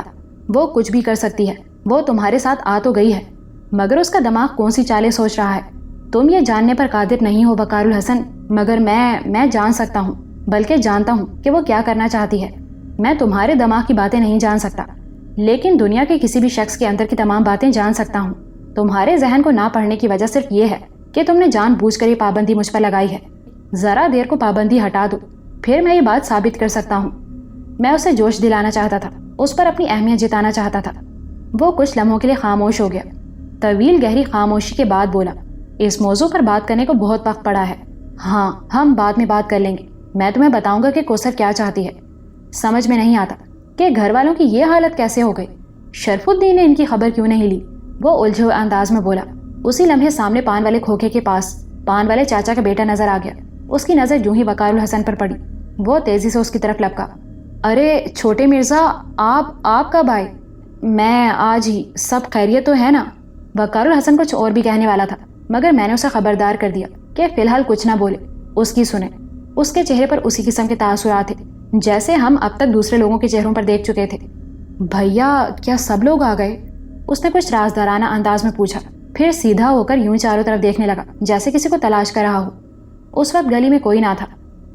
ہاں آ گئے۔ کیوں، کیا بات ہے؟ وہ بھیا، حویلی میں تو روز تماشے ہونے لگے ہیں، سارے لوگ گھبرا گئے ہیں۔ محلے کے لوگوں نے پنچایت کی تھی کہ اب کی بار آپ لوگ آئیں گے تو سب آپ سے کہیں گے یا تو حویلی میں جھاڑ پھونک کروائیں، ورنہ اسے خالی کر کے ڈھا دیں۔ یہ کیا بے وقوفی کی بات ہے؟ وقار الحسن جھنجھلا گیا۔ حویلی کیسے ڈھا دیں؟ اور کون کہہ سکتا ہے کہ حویلی ڈھہ جانے کے بعد یہاں سے اثر ختم ہو جائے گا؟ اب یہ تو ہم نہیں بتا سکتے بھیا، وہ لوگ جو کچھ کہہ رہے تھے ہم نے بتلا دیا ہے، آگے آپ لوگ جانو۔ اور وہ ویسے ایک بات بتلا دیں، اتنا کہہ کر اس نے پھر چاروں طرف دیکھا اور وقار الحسن کا ہاتھ پکڑ کر ایک گھر کی دیوار کے سائے تلے پہنچ گیا۔ اپنے منو بھائی ہیں نا، وہ زور دے رہے تھے کہ اگر یہ حویلی آپ لوگوں سے خالی کرا لی جائے تو وہ اپنے سسرال کو بلا کر اس حویلی سے سارا اثر ختم کرا دیں گے۔ پھر انہوں نے اس کی ایک شرط رکھی تھی کہ حویلی انہیں دے دی جائے۔ بھیا ہمارے کلیجے پر تو چھریاں چل گئیں، ہم تو بڑے مرزا کے احسان مند ہیں، انہوں نے یہ کھوکھا اور کام کرنے کے لیے ابا کو پیسے دیے تھے، اسی سے دال روٹی چل رہی ہے۔ ہمیں تو منو بھائی کی یہ بات ذرا پسند نہیں آئی، آپ ذرا دیکھ بھال لو۔ اور آپ کی اماں اور بہنیں وغیرہ تو سب خیریت سے ہیں نا؟ وہ بولے جا رہا تھا۔ وقار الحسن کے چہرے پر پریشانی کے آثار ہویدا تھے۔ میں نے انہیں تسلی دی۔ وہ پان والے کے بیٹے سے شام کو ملاقات کرنے کا کہہ کر پھر حویلی کی طرف بڑھ گیا۔ اس بار وہ اماں کے کمرے میں جانے کی بجائے رشید چاچا والے حصے کی طرف جا رہا تھا۔ اس کے ہاتھ میں پانی سے بھرا برتن دیکھ کر رشید چاچا کی بہو نے برتن اس کے ہاتھ سے جھپٹ لیا۔ اس نے سب سے پہلے اپنے بچے، پھر رشید چاچا اور پھر اپنے میاں کو پانی پلایا۔ آخر میں اس نے برتن اپنے منہ سے لگایا تو وقار الحسن رو پڑا۔ اس نے آگے بڑھ کر اس کے سر پر ہاتھ رکھ دیا اور پھر جلدی سے باہر نکل آیا۔ پھر ہم اماں والے کمرے میں چلے آئے۔ وقار الحسن حکیم علی احمد کو بلانا چاہتا تھا تاکہ سب کو دکھا سکے، مگر کوثر نے اسے روک دیا۔ اس کی بات معقول تھی، یہ بات باہر نکلتی تو مشکلات بڑھ سکتی تھیں، ارد گرد کے لوگ مزید دہشت زدہ ہو سکتے تھے۔ ان لوگوں کی حالت پراسرار حد تک بگڑی ہوئی تھی، ان لوگوں کو علاج کی نہیں غذا کی ضرورت تھی۔ چچا اور میں نے بھی کوثر کی بات کی تائید کی۔ وقار الحسن بالٹیاں بھر بھر کر پانی لے آیا۔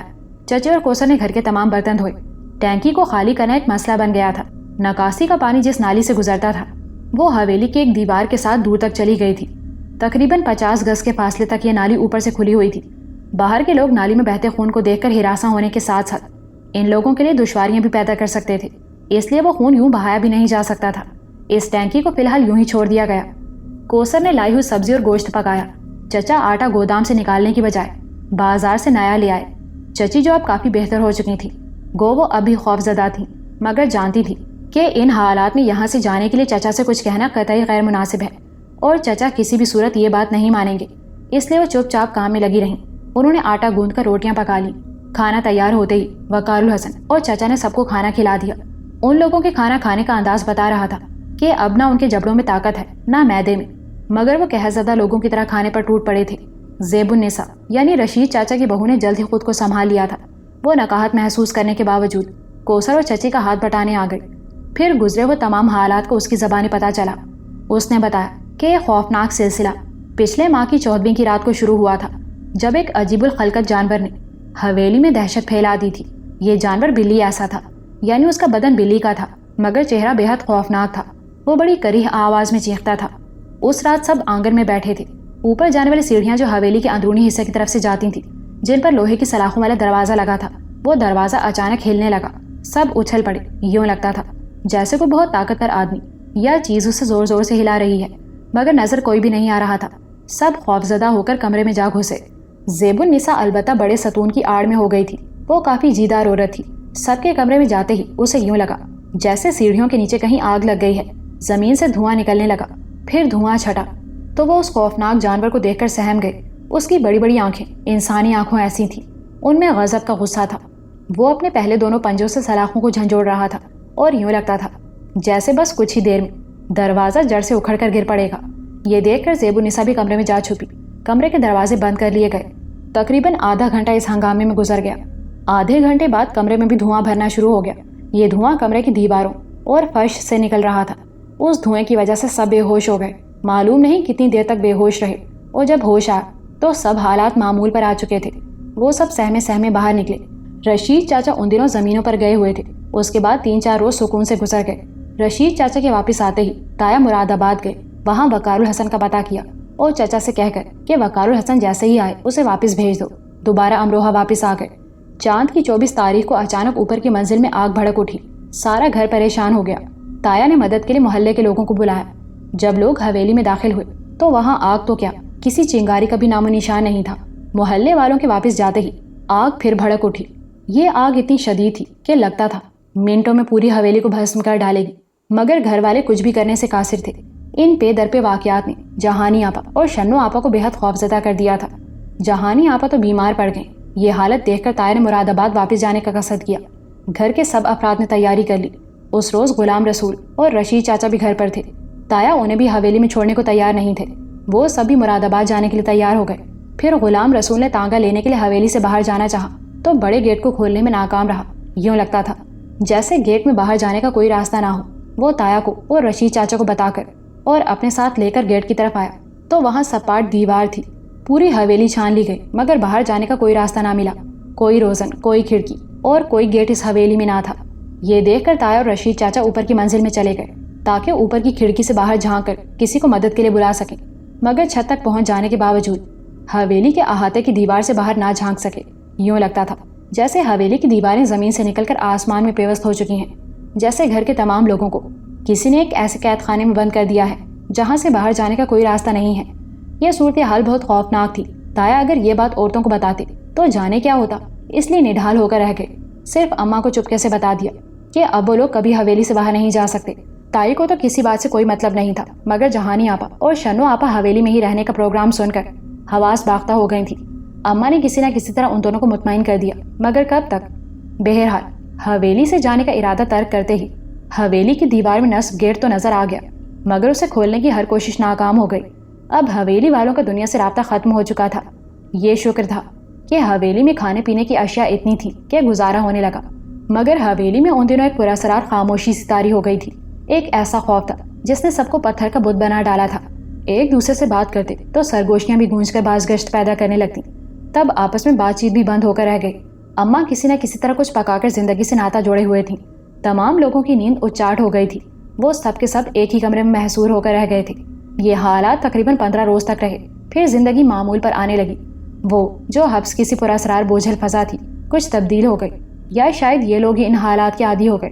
اماں زیادہ تر عبادت میں مصروف رہتی، کمرے کے گرد رات کو آیت الکرسی پڑھ کر حصار کھینچ دیا کرتی۔ اس سے یہ ہوتا تھا کہ رات سکون سے گزرتی تھی۔ باہر کی دنیا سے رابطہ اب بھی منقطع تھا۔ رشید چاچا اور تایا نے ہر طرح کوشش کی کہ گیٹ کو کھول سکیں، مگر یہ کسی بھی طرح ممکن نہیں ہو سکا، بلکہ یہاں تک کہ تایا اور رشید چاچا نے لوہے کے ہتھوڑے کو گیٹ پر پوری قوت سے گھنٹوں مارا کہ شاید یہ آوازیں باہر کا کوئی آدمی سن لے اور مدد کو آ جائے، مگر لگتا تھا جیسے یہ آواز باہر نہیں جا رہی ہے، بس اس حویلی کے اوپر آسمان تھا جو گہری چپ میں لپٹا حویلی کے لوگوں کی بے بسی کو تکتا رہتا تھا۔ گھر والوں کے چہروں سے پہلے رونق ختم ہوئی، اس کی جگہ خوف کی زردی نے لے لی۔ پھر خوف نسوں میں دوڑنے لگا اور آہستہ آہستہ وہ سب چلتی پھرتی خاموش لاشوں میں تبدیل ہو گئے۔ ان کی آنکھوں سے زندگی معدوم ہوتی چلی جا رہی تھی، مگر اماں اور زیب النساء غذا کے نام پر جو کچھ ان لاشوں کے منہ میں ڈالتی تھی اس نے زندگی کی ڈوری جوڑ رکھی تھی۔ جوں جوں دن گزر رہے تھے اس خوف نے اماں کو نڈھال کر دیا تھا کہ کھانے پینے کا سامان ختم ہو گیا تو کیا ہوگا۔ حویلی میں موجود ہر فرد کو یقین ہو چکا تھا کہ ان کی زندگی کے دن گنے جا چکے ہیں۔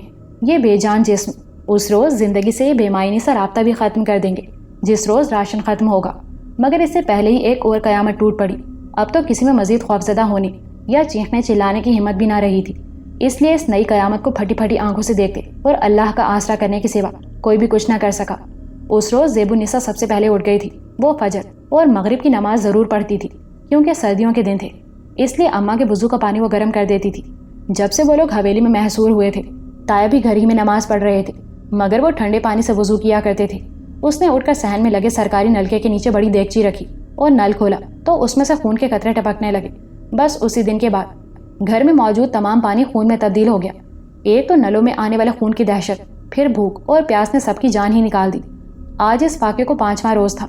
آج پہلی بار زیب النساء نے گیٹ پر کنڈا بجنے کی آواز سنی تھی۔ اس کا کہنا تھا کہ اٹھنے کی ہمت تو اس میں بھی نہ تھی۔ پہلی بار کنڈا بجنے کی آواز اسے اپنا وہم لگی، پھر متواتر آنے والی آواز نے اسے اٹھنے پر مجبور کر دیا، اور وہ یہ یقین ہوتے ہی کہ آواز وہم نہیں بلکہ گیٹ پر واقعی کوئی ہے، کسی نہ کسی طرح گیٹ تک پہنچ گئی۔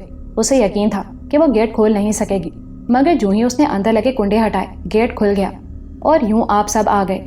یہ سب سن کر وقار الحسن اور چچا ساکت رہ گئے۔ کوثر کو شدید غصہ تھا۔ اس نے وقار الحسن سے کہہ دیا کہ وہ آج ہی اس کا کچھ بندوبست کرے گی۔ چچا اور چچی کافی پریشان تھے۔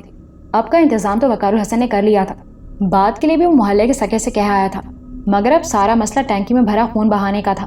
چچی اماں وغیرہ کے پاس چلی گئیں۔ وقار الحسن، چچا اور زیب النساء شام کو آنے والے پانی کے لیے ٹینکی خالی کرنے کی ترکیبیں کرنے لگیں۔ چچا نے مشورہ دیا کہ بڑے برآمدے کے پار کچے صحن میں گڑھا کھودا جائے اور تمام خون کو اس گڑھے میں ڈال کر اوپر سے مٹی ڈال دی جائے۔ وقار الحسن کہہ رہا تھا کہ فی الحال نئی ٹینکی خرید لی جائے کیونکہ گڑھا کھودنا آسان نہ تھا۔ اس کی بات سن کر چچا چپ ہو گئے۔ کام چور تو تھے ہی، اتنی محنت سے بچنا چاہتے تھے، سو جلدی سے جیب سے پیسے نکال کر وقار الحسن کو دے دیے۔ وقار الحسن قریبی بازار سے ٹینکی خرید لایا۔ شام کو سکا پانی لایا تو کچھ سکون ہوا۔ اماں، تایا اور بہنوں کی حالت پہلے سے بہتر ہونے کے باوجود اتنی بہتر نہ تھی کہ ان سے گفتگو ہو سکے، مگر پھر بھی اماں اور تایا کوثر کو دیکھ کر اچنبھے میں رہ گئے تھے۔ دیکھا تو اسے ان لوگوں نے پہلے بھی تھا، مگر شاید پہچانے نہ تھے یا انہیں اتنا ہوش ہی نہ تھا کہ وہ اس کے بارے میں کچھ سوچ پاتے۔